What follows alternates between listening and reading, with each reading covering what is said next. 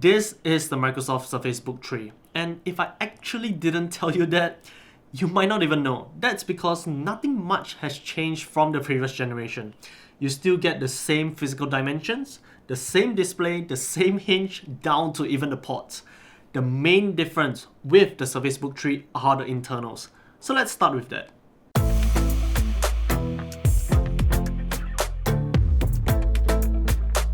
Our unit right here is basically the most spec'd out model, with the SSD being the only exception. It runs an Intel Core i7-1065G7, 32GB of RAM running at 3733MHz, a 512GB SSD, and an Nvidia GeForce GTX 1650 Max-Q for graphics. Oh, and of course, just to put it up front, this configuration is going to set you back a whopping 3,768 Singapore dollars. Not exactly that affordable. So, if you're looking for a 2-in-1 device that's not within this price range, well, go ahead and close this video right now and look for other laptop reviews out there. But if you're still here and you're still interested, let's dive right in. First up, the design. As mentioned, not much has changed about the design, but is that bad? Well, not necessarily. The entire device is made of magnesium, and Microsoft has really refined the use of the material down to a T. The finish and texture is pretty iconic of Surface products, and even when you're simply using the Surface Book 3 or even just holding it in your hand, you can tell it's really well built. You still get that same hinge design that's unique to the Surface Book 3 that, whether you like it or not, will still leave a gap between the display and the keyboard when closed. In short, if you have or tried the Surface Book 2, you'll feel right at home with the Surface Book 3. Now, that's not to say that I do not have any gripes about it, but my list of dislikes is pretty long, so I'll talk about each and every one of them later on in the video. For now, let's move on to the display. You get the same 13.5-inch display as the previous generation. It is of course in a 3:2 aspect ratio that sports a resolution of 3000 by 2000, covers 100% sRGB, and can hit a max brightness of about 500 nits. Needless to say, the display is great. Colors are rich and vibrant, viewing angles are great, and you'll definitely enjoy using it, be it for YouTube or just simply browsing the web. Though do note that you have to tweak window scaling to get the best out of it. Personally, I use it at 150%, which I find gives a good balance between actual screen real estate while still being able to read text at a comfortable distance. Of course, this is a Surface Book 3, so you can detach the display and use that as a tablet.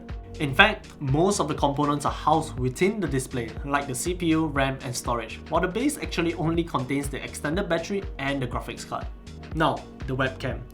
Like I mentioned in my Surface Go-To review, it's among the best out there.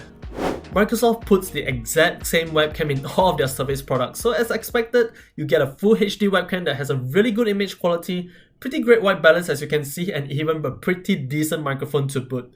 It's more than sufficient for casual video calls with your friends and family, all the way to executive business meetings. It's that good.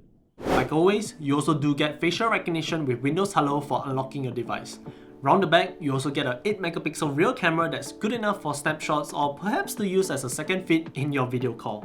Next are the speakers, which are actually flanking both sides of the display. Now, the speakers are decent, but they're nothing amazing, far from it. In fact, my first generation Surface laptop sounds much better and much louder, almost twice as loud at the maximum volume settings. The speakers on the Surface Book 3 are really quiet in comparison. It's good enough for personal use in a quiet environment, but even then, it will fail to fill a small room. We then come to the keyboard, and without a doubt, this is one of the best keyboards out there. The keys have a good response, quite a bit of key travel, and just has a good layout with all your important keys enlarged and easy to reach. It really offers a great typing experience, and to be honest, it's not just because the keyboard feels great, but because of the amount of space that is allocated for your palms to rest on while typing, thanks to the 3:2 aspect ratio for the display. It's just a great keyboard. But let's move on to the trackpad.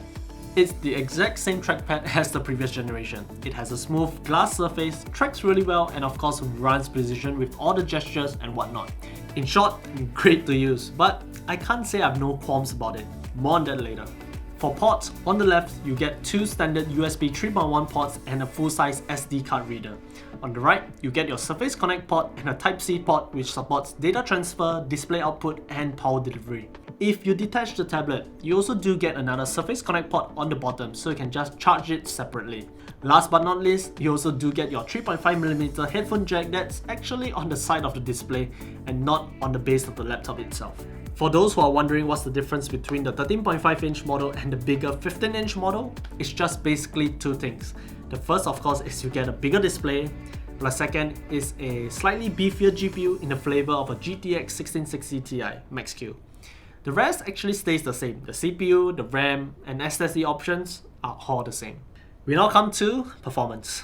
In Cinebench R20, the 1065 G7 scored about 1302 in the multi-core and 461 on the single core, which is pretty much in line with all the other 1065 G7 based laptop I have tested, with the Razer Blade Stealth being the sole exception. For DaVinci Resolve, the 10-minute 1080p edit took about 25 minutes to complete, while the 15-minute 4K edit took over an hour to finish the render. Again, it's pretty much in line with the other 1065 G7 I've tested, with the exception being, of course, the Razer Blade Stealth. As for the 512GB SSD that I have in this model, it has good read speeds, but the write speeds are a little lacking. But of course, it's still an SSD, so it's going to feel plenty fast. Overall, editing on the Surface Book 3 was actually a pretty pleasant experience. I could edit multiple layers, insert numerous effects, and it would still run pretty great. If you're more of a photo editor, Photoshop and Lightroom will also run no issues at all. And I would say that's also partly thanks to the Nvidia chip that's in the laptop, which will give you that CUDA acceleration. But if say you prefer a more hands-on experience with your photos, feel free to detach the tablet and use it that way. You do lose the CUDA support, but it'll still be fast enough to handle simple photo edits.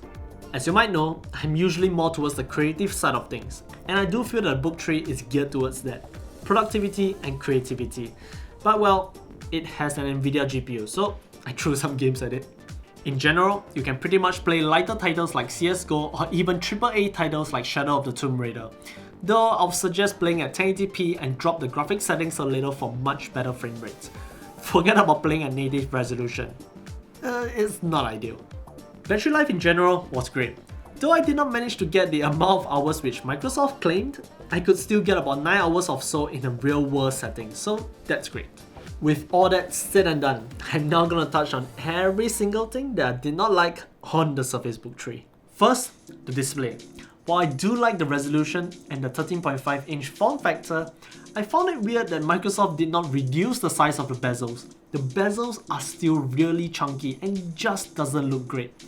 Oddly enough, even the bezels on my first generation Surface Laptop 3 is thinner than the Book 3, and they have the same size display, so what gives? Now yes, this has an entire computer inside the display, but I would say that's not good enough of a reason. Next, the hinge. This is probably the heart and soul of the Surface Book series, and it's honestly not that great. The gap that's created when it's closed, I can close one eye. I've come to accept it as the design. My issue is that it doesn't tilt back far enough, but more importantly, when you do detach the tablet, that hinge is left protruding. So let's say you are a student and you just want to use the tablet and slot the base into your bag. You might be putting unnecessary pressure on that bit of the hinge if you sandwich it in between files and books. I'd like to see the hinge tilt all the way down to a full 180. I feel that would have made it so much more versatile. On to the third, the trackpad. As mentioned, the trackpad is great, but with the Surface Laptop 3 featuring larger trackpads, I fail to see why the Surface Book 3 did not get the same treatment. Next are the ports. The Surface Book 3 has essentially the same ports as the Surface Book 2.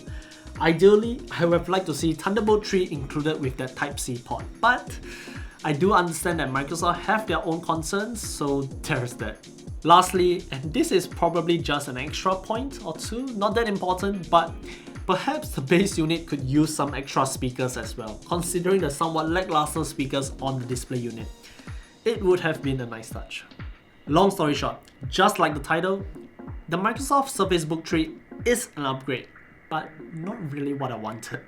However, if you're looking for a device that has great build quality, a superb display, good enough performance for both your creative and gaming needs, but most importantly that you would like to use as a tablet as well, well then, the Surface Book 3 might just be the only device that fits all those needs. Oh, and for those of you who are looking at the Surface Book 3 with the Surface Pen in mind, well then, this might be a great option for you too. But do remember, there are quite a number of trade-offs that you have to take into consideration. And of course, you need quite a bit of cash as well. Like always, if you have any questions, drop us a comment down below, subscribe to us if you haven't, follow us on Facebook and Instagram. Till the next one, see ya!